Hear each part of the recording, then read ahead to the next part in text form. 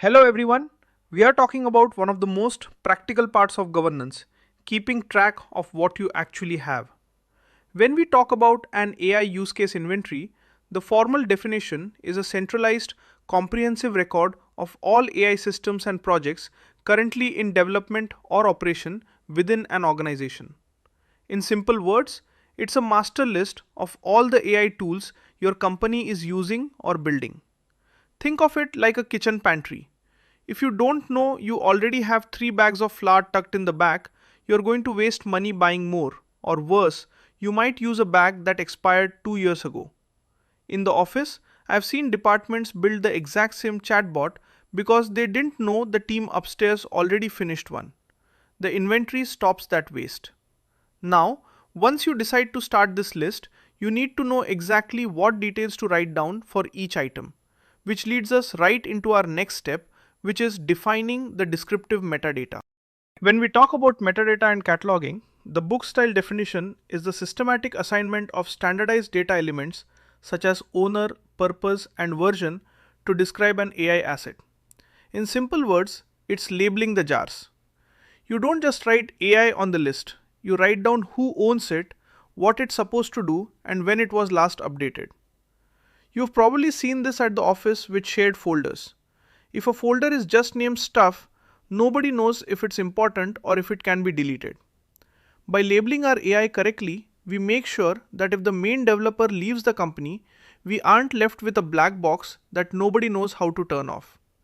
Stay with me here, because once we have labeled our tools, we need to categorize them by how much they actually impact our lives, which brings us to the core task of classification by intended use.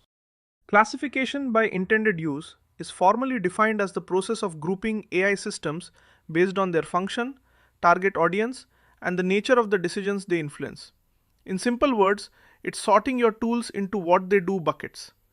Is this AI just summarizing long emails for internal use, or is it deciding which customers get a discount? Those are two very different jobs.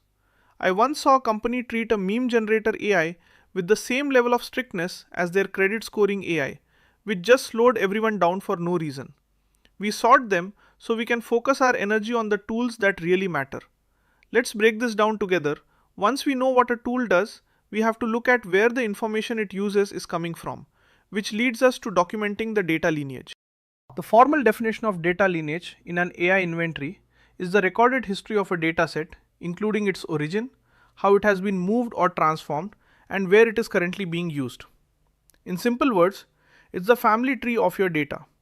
You need to know if the data used to train your AI came from a reliable government website or from some random person's social media post. If the source is dirty, the AI will be dirty too. It's like tracing the ingredients in the restaurant. If a customer has an allergy, you need to know exactly where that peanut came from. In the AI world, knowing the source helps us fix mistakes quickly. Now, knowing where the data came from is a great start, but we also have to keep track of who is actually responsible for the AI every day, which brings us to identifying system ownership. Establishing system ownership is formally defined as the designation of a specific individual or department as the primary party responsible for the performance, maintenance, and compliance of an AI system. In simple words, it's naming the parent of the AI.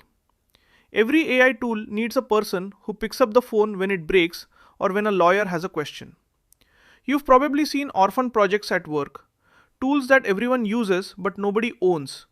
So when they stop working, everyone just stares at each other. By putting a name next to every AI in our inventory, we ensure that someone is always watching the shop.